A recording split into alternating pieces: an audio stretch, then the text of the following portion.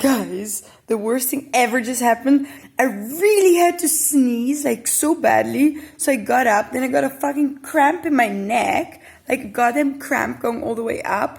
I was like, I got a cramp. I was like, oh! And then my sneeze went away. Like,